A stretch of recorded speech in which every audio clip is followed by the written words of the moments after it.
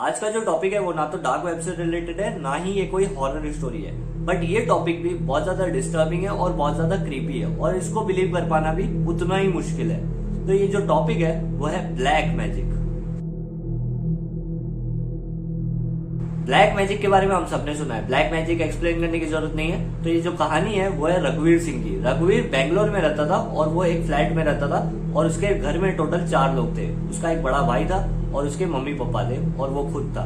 और वो एक कॉलेज में पढ़ता था। उसको टोटल 2 साल हो गए थे उस कॉलेज में। और उसकी एक फ्रेंड थी बहुत अच्छी जिसका नाम था विनीता।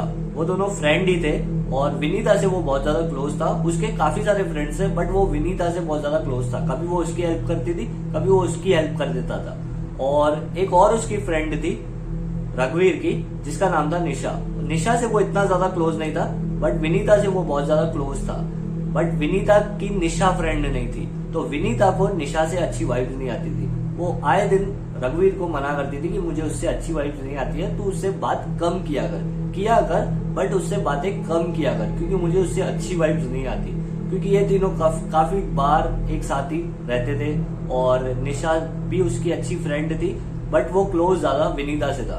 तो विनीता ने उसको काफी बार मना किया था कि तू निशा से कम बात किया कर। तो एक बार निशा को ये सारी बातें पता चल गई कि विनीता इसको बोलती है कि मुझसे मत बात किया कर। तो निशा ने उससे बात करना कम कर दिया था रघुवीर से। अब काफी टाइम तक 2-3 महीने तक नॉर्मल चला। निशा अब उनसे बात नहीं करती थी, ना वो विनीता से बात करती थी, ना वो रघुवीर से बात करती थी। बट रघुवीर को थोड़ा बहुत अब अच्छा नहीं लगने लगा। उससे कुछ अजीब अजीब सा होने लगा और उसे बहुत ज्यादा हेडेक होने लगा। कभी उसके दिमाग में पता नहीं कौन से थॉट्स आने लगे जो कि कभी उसने सोचे नहीं थे। Thoughts like suicide thoughts. कभार उसे ये लगने लगा कि बस अभी मेरे लास्ट डेज है और मुझे अभी मरना है। और इसको ये बहुत ज्यादा थॉट्स आने लगे और उसको अचानक से नाइटमेयर्स आना शुरू हुए। और ये सारे रीजन किसी को नहीं पता था। और उसने जब ये सारी बातें विनीता से शेयर की कि मुझे काफी टाइम से नाइटमेयर्स आना शुरू हो गए और मुझे बहुत सारे ऐसे थॉट्स आ रहे हैं, विनीता को लगा हो सकता है ये काफी टाइम से बाहर नहीं निकला है, यानी कहीं घूमने वगैरह नहीं गए, तो इसके लिए इसके दिमाग में ये सारी चीजें आ रही है। ये शायद अपनी डेली लाइफ से बोर हो चुका है। तो विनीता ने उसको सजेस्ट किया कि हम लोग कहीं पे बाहर जाते हैं, या फिर तू अपनी फैमिली के साथ कहीं पे बाहर जा, थोड़ा टाइम घूम के आ, फिर तू वापस आके कॉलेज वगैरह ज्वाइन करना, थोड़ा टाइम तू अपनी कॉलेज लाइफ से ब्रेक ले ले।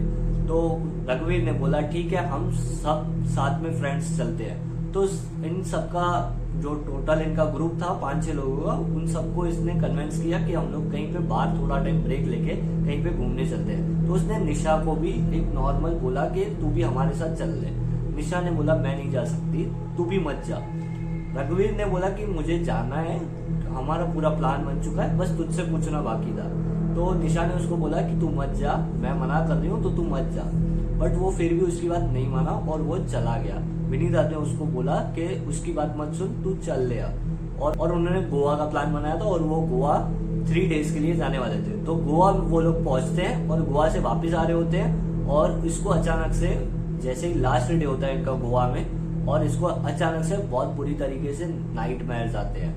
और ये उठ के अपने विनीता के रूम में जाता है और विनीता से ये जाके बोलता है कि मुझे बहुत ज्यादा अभी नाइटमेयर्स आ रहे हैं, यहाँ पे आया हूँ तो भी आ रहे हैं और मेरे माइंड में यही सुबह से थॉट्स चल रहा है कि मैं अभी मरने वाला हूँ, मुझे आज लास्ट दिन लग रहा है मेरा, और बहुत ज्यादा सुबह से मेरे को हेडेक होने लग रहा है और बहुत सारी मेरे को प्रॉब्लम फेस करनी पड़ रही है क्योंकि मेरे दिमाग में ये सारी चीजें चल रही है बार बार कंटिन्यूसली। तो विनीता ने जो है उसको सजेस्ट किया कि अभी तू एक काम कर, तू यहीं बैठ जा, तू अभी सोने मत जा, हमको थोड़ी देर में निकलना ही है। अभी हम लोग वापस जाएंगे अपने बेंगलोर और वहाँ पे जाके देखते हैं। अभी पेरेंट्स वगैरह से बात कर लेना, तू अपने मम्मी पापा से बात कर लेना, वो लोग जैसा बोले फिर कोई ना कोई इसका सॉल्यूशन निकल जाएगा। वहाँ पे पहुँच के हम लोग ये सारी बातें कंटिन्यू करते हैं। उसने बोला ठीक है। फिर उन्होंने उस टॉपिक को वहीं पे खत्म किया और फिर वो लोग पहुंच गए वापस बेंगलोर। और उसने घर वालों से डिस्कस किया अपने, और उसने जैसे ही घर पे बताया, घर वालों ने उसकी बात पे इग्नोर किया। उनको लगा कि नॉर्मली ऐसा होता है या ये अपनी डेली लाइफ से परेशान हो गया होगा, इसके लिए ही हो रहा है। उनको भी यही सारी चीजें लगी बट वो कुछ भी ऐसा नहीं था। और उसे बहुत ज्यादा फील होने लगा कि उसे कोई बार बार देख रहा है। और अभी वो घर में अकेला बैठा हुआ होता था और उसने धीरे धीरे करके कॉलेज जाना बंद कर दिया। अब वो घर में अपने रूम में अकेला ही रहना पसंद करता था, क्योंकि उसे अभी घर से बाहर निकलने में बहुत ज्यादा डर लगता था। अब वो काफी टाइम से कॉलेज नहीं गया था, तो एक दिन उसको निशा का कॉल आता है। निशा उसको बोलती है, क्या हुआ तू इतने टाइम से कॉलेज नहीं आ रहा, अभी तो हमारे एग्जाम्स भी आने वाले हैं, क्या हुआ, सब कुछ ठीक है, तू ठीक है? तो रघुवीर उसको सारी बात बताता है कि मैं इतने टाइम से कॉलेज इस रीजन की वजह से नहीं आ रहा था, और ये सारी मेरे को प्रॉब्लम फेस करनी पड़ी थी, इसके लिए मैं कॉलेज नहीं आ रहा हूँ। और मैं जो गोवा गया था, तो गोवा भी मैं इसी रीजन की वजह से गया था, क्योंकि मुझे लग रहा था कि मेरी डेली लाइफ ज्यादा बोरिंग हो गई है, इसलिए मुझे थोड़ा ब्रेक लेना था इन सारी चीजों से। तो निशा उसको बोलती है, मैंने तेरे को मना किया था गोवा जाने के लिए, फिर भी तूने मेरी बात नहीं सुनी।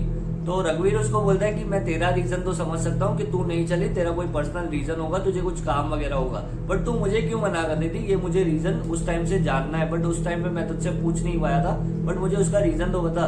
तो जो निशा ने उसको जो बात बताई, वो सुन के रघुवीर के होश उड़ गए, और रघुवीर ने उसकी बात पे जरा सा भी बिलीव नहीं किया।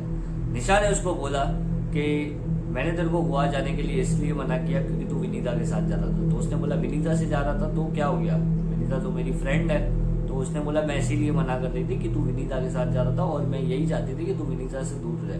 तो उसने बोला कि क्यों दूर रहूं, वो बोलती है तू उससे दूर रहूं और तू बोलती है उससे दूर रहूं, प्रॉब्लम क्या है मुझे नहीं समझ आ रही। निशा ने उसको बोला कि वो तेरे ऊपर ब्लैक मैजिक कर रही है। अब ये बात रघुवीर ने बिल्कुल भी नहीं एक्सेप्ट की, क्योंकि उसे बिलीव ही नहीं हो रहा था कि विनीता ऐसा कुछ कर सकती है, क्योंकि विनीता ही उससे बहुत ज्यादा क्लोज थी, पूरे कॉलेज में उससे वो बहुत ज्यादा क्लोज थी, और विनीता से वो सारी बात अपनी शेयर करता था, और विनीता भी उससे सारी बात शेयर करती थी।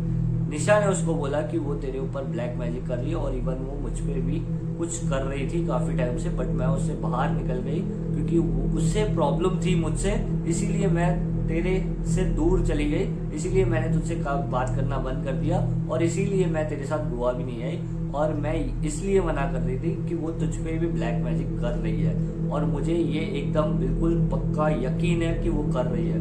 रघुवीर ने बोला कि इस बात का कोई प्रूफ नहीं है, और ऐसा सब तू बोल रही है, और तुम दोनों के बीच में वैसे ही प्रॉब्लम रहती है, इसीलिए शायद हो सकता है तू अलग बहाना बना रही हो और वो अलग बहाना बना रही हो। और उसने रघुवीर ने ये सारी बात इग्नोर किया, और उसने फोन रख दिया गुस्से में आके, चिढ़ के, क्योंकि विनीता उससे बहुत ज्यादा क्लोज थी और वो विनीता से बहुत ज्यादा क्लोज था।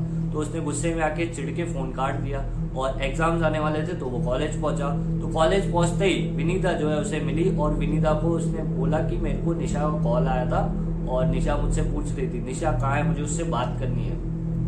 विनीता ने उसको बोला कि वो तो काफी टाइम से कॉलेज ही नहीं आई, जब से इवन तू नहीं आया तब से वो कॉलेज नहीं आ रही। तो उसने बोला कि उसने तो मेरे को डायरेक्ट फोन करके यही बोला कि तू कॉलेज नहीं आ रहा, तो उससे कैसे पता चला कि मैं कॉलेज आ रहा हूँ या नहीं आ रहा हूँ, जबकि तू बोल रही है वो भी कॉलेज नहीं आई। और उसने उसको बट ये बात नहीं बताई कि निशा ने उसको ऐसा कुछ बताया कि वो ब्लैक मैजिक वगैरह कर रही है, क्योंकि वो उससे अपनी फ्रेंडशिप खराब नहीं करना चाहता था, और प्रॉब्लम क्रिएट वो नहीं करना चाहता था। एग्जाम था तो निशा भी कॉलेज नहीं आई थी, तो उसे इस बात की टेंशन हो गई कि वो निशा कॉलेज क्यों नहीं आई रघुवीर को।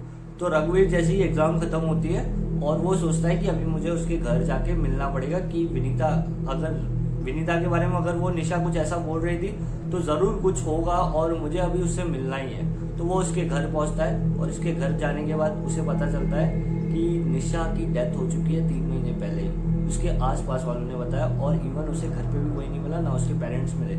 उसने आसपास वालों से जैसे ही पूछा तो उसके आसपास वालों ने बताया कि 20 महीने पहले डेथ हो चुकी है, क्योंकि उसने 5th फ्लोर से सुसाइड कर लिया था, 5th फ्लोर से उसने जंप मार लिया था। और ये बात वो बिलीव ही नहीं कर पा रहा था, क्योंकि 10 दिन पहले तो उससे उसकी बात हुई थी, और ये बात जैसे ही वो विनीता को जाके बता रहा है, तो विनीता बोलती है कि मुझे पता है कि 3 महीने पहले उसकी डेथ हो चुकी है। तो वो उसको बोलता है कि मेरे पास कॉल हिस्ट्री पड़ी है, ये सब तुम लोग मेरे साथ कौन सा मजाक कर रहे हो, मुझे नहीं पता चल रहा, क्योंकि देख मैंने उससे 27 मिनट बात की है, और उसके पास 27 मिनट कॉल की हिस्ट्री थी, बट रिकॉर्डिंग नहीं थी, नहीं तो वो रिकॉर्डिंग भी सुना सकता था सबको, बट उस चीज की उसे पता ही नहीं था, क्योंकि कि निशा की डेथ हो चुकी है, तो वो कैसे किसी को बताता। बट उससे विनीता से बात करने के बाद ये पता चला कि वो सच में उसके ऊपर ब्लैक मैजिक कर रही है, और ये सुन के वो बहुत ज्यादा डर गया। और जैसे ही उसने अपने फैमिली में ये सारी बातें बताई, और उसके फैमिली ने उसी टाइम वो सिटी पूरा बेंगलोर ही उन्होंने छोड़ दिया और वो कहीं और ही शिफ्ट हो गए, क्योंकि वो इतना ज्यादा डिस्टर्बिंग था कि एक लड़की ने, निशा नाम की लड़की ने सुसाइड कर लिया था, वो भी किसी के ऊपर ब्लैक मैजिक करवाने की वजह से। जब निशा के पेरेंट्स किसी और, जैसे जो लोग ब्लैक मैजिक के बारे में ज्यादा डिटेल में जानते हैं और ये सारी चीजों से वो दूर हटवाते हैं, उनसे जब वो लोग मिले थे तब उन्होंने बताया था कि इसके ऊपर प्रॉपर एक ब्लैक मैजिक किसी ने किया है, और ब्लैक मैजिक इस तरीके तक किया है कि इसकी डेथ ही हो जाए। अगर ये खुद ही या तो सुसाइड कर लेगी या फिर इसकी किसी न किसी रीजन की वजह से डेथ हो जाएगी अपने आप, और इसका कोई इलाज ही नहीं है। ये सुनते ही रघुवीर के पेरेंट्स ने उसी टाइम वो पूरा बेंगलोर ही छोड़ दिया और वो कहीं और ही जाके रहने लगे। और ये इतनी ज्यादा डिस्टर्बिंग स्टोरी है कि इतने हद तक ब्लैक मैजिक हो सकता है ये बिलीव कर पाना बहुत ज्यादा मुश्किल है। बट ऐसे काफी सारे केसेस हैं जो कि ब्लैक मैजिक होने के बाद लोगों ने सुसाइड किया है, या फिर ब्लैक मैजिक होने के बाद उन्होंने बहुत कुछ अपना लॉस किया है। तो यही था आज की इस वीडियो में। मिलेंगे हम लोग नेक्स्ट वीडियो में। एक और ब्लैक मैजिक की स्टोरी है जो कि बहुत ज्यादा डिस्टर्बिंग है इसी की तरह। तो मिलेंगे हम लोग नेक्स्ट वीडियो में, तब तक के लिए वीडियो को लाइक कर देना, चैनल को सब्सक्राइब कर देना।